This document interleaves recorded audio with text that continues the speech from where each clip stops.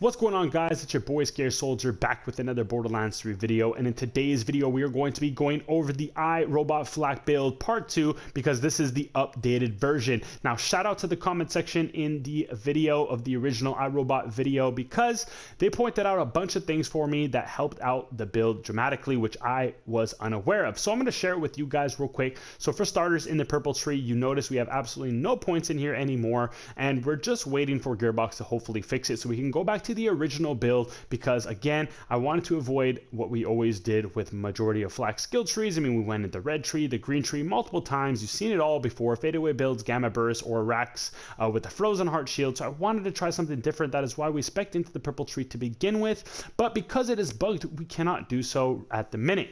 So what we're talking about real quick is the agility training for starters. So with 5 points invested here, you're supposed to be getting 40% reload speed, which is not the case. It's a passive. You see, you don't have to kill anything, you don't have to get critical hits. It's just by putting 5 points, you're supposed to be reload speed, but you don't. Unfortunately, from what I've experienced, I've tried with and without, and the reload speed seems to be the same. 40% is a dramatic increase, and there should be a noticeable difference, and it doesn't seem like it's the case, so maybe it's a smaller percentage than advertised.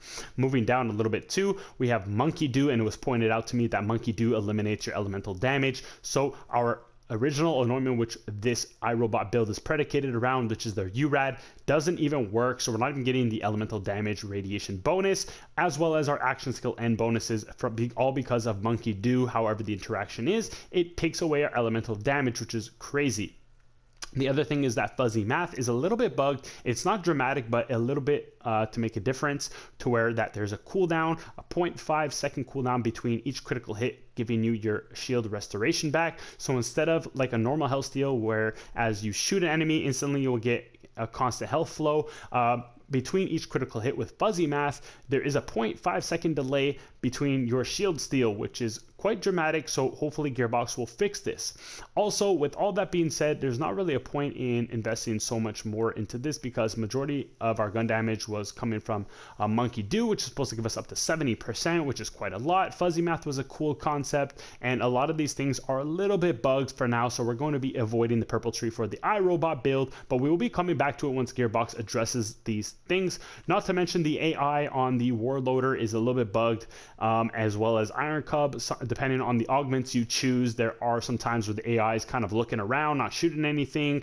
So there are some bugs that we had to address for the build.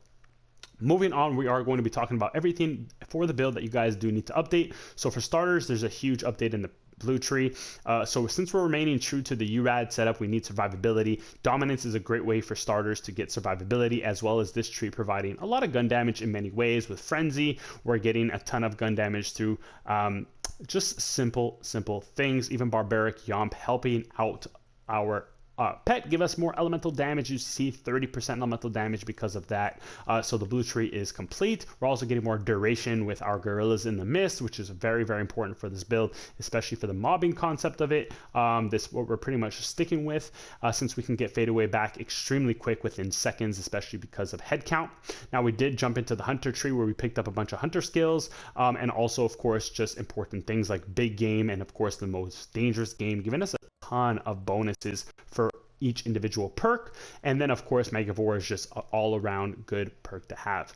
So moving on, we did pick up the spider ant, as I mentioned a little earlier, and then here is where we picked up the rest. So why I went into the green tree was because first of all, I wanted survivability, and because we are being a little more risky with the build, going under 50% health, so we can activate the anointment, we do want to grab Lick the Wounds. Now I contemplated this because honestly, after playing with the build, the fadeaway is so overpowered how fast we can get it back. It's like we are literally infinitely in fadeaway, so going down seems like it's never an option. But we kind of went a little OD with it, since nothing else seemed to matter in the green tree. Because if you look at some of the perks that we all liked, like the Fast and Furious and also the Power Inside, they all require you to either have full health or at least to have above half health, which we are under. So grabbing the Fast and Furious and of course the Power Inside would be very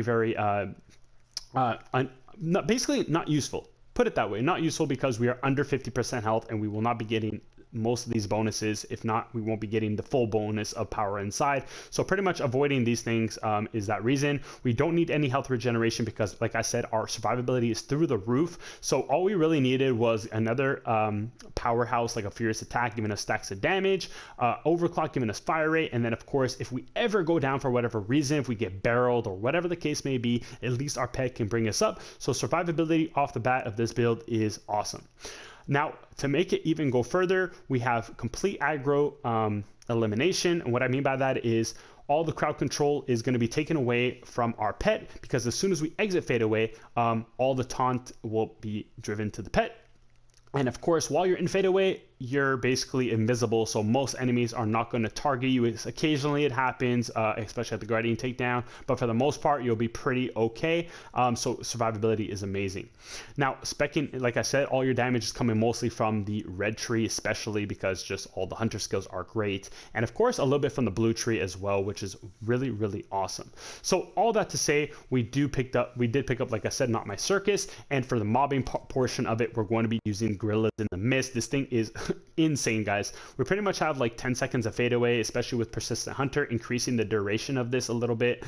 So we're getting like 8 seconds of pure fade away, and then we get it right back within 1 to 2 seconds, and we're right back in fade away, just melting enemies with crazy amounts of damage, a ton of elemental damage with the URAD anointments and all of that good stuff. So as you guys can see, for the gear, we're using the URAD anointment. We have things like the light show, the Hellwalker, which is one of my personal favorites for the build because of the ricochets and fade away, destroying enemies, especially hit those critical hits. It's nuts. The reflux is great for mobs, killing big groups of enemies. Highly recommend this weapon.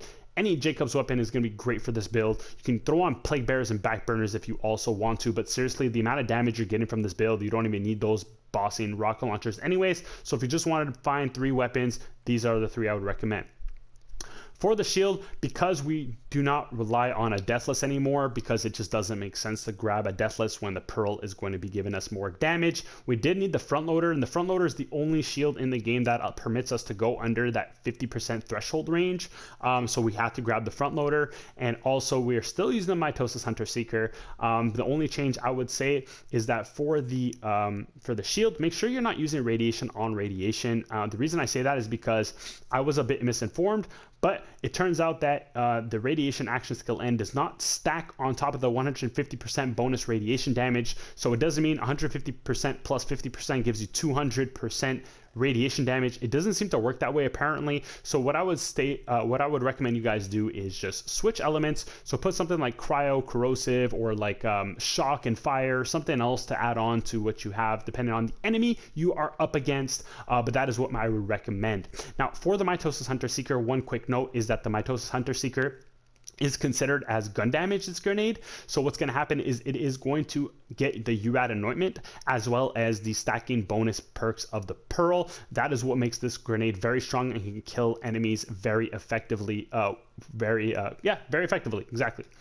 Lastly, we have the Cosmic Stalker, the only class mod you need in the game. Similarly to what I said in the iRobot video, I wanted you guys to mainly have the Cosmic Stalker, and for bossing you want the Bounty Hunter. So the Bounty Hunter is going to be the better class mod to have for bossing sometimes, but honestly you won't notice the biggest difference in the world because you're just doing so much damage as it is. So either or, but maybe the Bounty Hunter is going to give you a little more of an edge against bosses. Now that's pretty much it. One last thing I want to address was the new class mod, the Error. So there's the Arms Race class mod that Fl4K gets called the Error, and we actually did suggest that in the old video. I don't suggest it anymore at the minute because it is bugged, and unfortunately when you attack command an enemy, your pet will damage you, which is kind of dumb, and the perks in it are not as useful as the Cosmic Stalker. So just avoid that perk completely until Gearbox changes it and stick to the Cosmic Stalker. So that's pretty much it. Now we're going to jump into some gameplay, and let me tell you guys, the gameplay is quite epic, so stay tuned for that. Let's get it. See you over there. Alright guys, the iRobot build is in full effect at the minute. Obviously, we want to include the purple tree one day when Gearbox decides to fix it, but that's alright. We made an adjustment and look, it's paying off. We can finally use our elemental damage from our URAD setup, and wow, the time to kill is quite impressive. Obviously, Fl4K is known to dominate when it comes to damage, and wow, it is showing up on this gameplay. And of course, the next question for Flak is more so survivability, and we were all excited when we heard about the purple tree because it offered means of survivability, but obviously we got it in a different way for the minute since we are waiting for Gearbox to fix the purple tree. So we are going to be sticking with more of this type of setup, and it's really looking good. Here we are against the Kraken and just smashing it real fast with a reflux. That is why I love this shotgun in the build, because it's just so dominant versus a group of enemies. And then when we switch over to a light show, a nice Vladoff pistol that is just great on all builds, you can see how powerful it is versus individual targets, which is why we carry it with us. And even versus something where we're not elemental matching perfectly, we have shock versus armor. You can see that in this footage we are dominating the enemies, which is quite nice to see. In the next clip, we're going to be switching over to a 3-shot fadeaway, and why we did that was because, first of all, it allows us to get in and out of fadeaway a lot faster than gorillas in the mist. Therefore, we can activate our anointments a lot faster on the action skill end portion, and we can just dominate these enemies real quick with a single shot weapon like a Hellwalker, since each shot out of this is going to be very, very detrimental to the enemy, because a 3-shot fadeaway offers a ton of critical hit damage versus gorillas in the mist. So that's why I do like to switch from time to time to 3-shot fadeaway. And also, because we're in and out of fadeaway so much, our action skills ends are always active for the most part, and we're just absolutely shitting on enemies, as you guys see in this footage, switching between the reflux, the Hellwalker, the light show, and it's all in full effect now that everything can come together without Monkey Do scrapping our elemental damage. And of course, we are beasting and feasting, and the Cosmic Stalker is just helping those hunter skills do even more than they should be, which is why we are using it. So we're going to be going on to Wotan in a second, where it's going to get crazy, but I do want to thank everybody in the comment section for making this build possible. Without your constructive criticism, I would have never known what was not working and working in the purple tree. So thank you guys a lot. Hope you guys enjoy this Wotan kill. Try out this build. This iRobot build is legit. Hopefully it can go back to its origins, when we can go back to a deathless setup, because that is what I wanted it to be in the first place. So hopefully Gearbox can get on that in the next hotfix on Thursday. But that's pretty much it for the video. I'll catch you in the next one. Go try out iRobot. See you guys. Peace.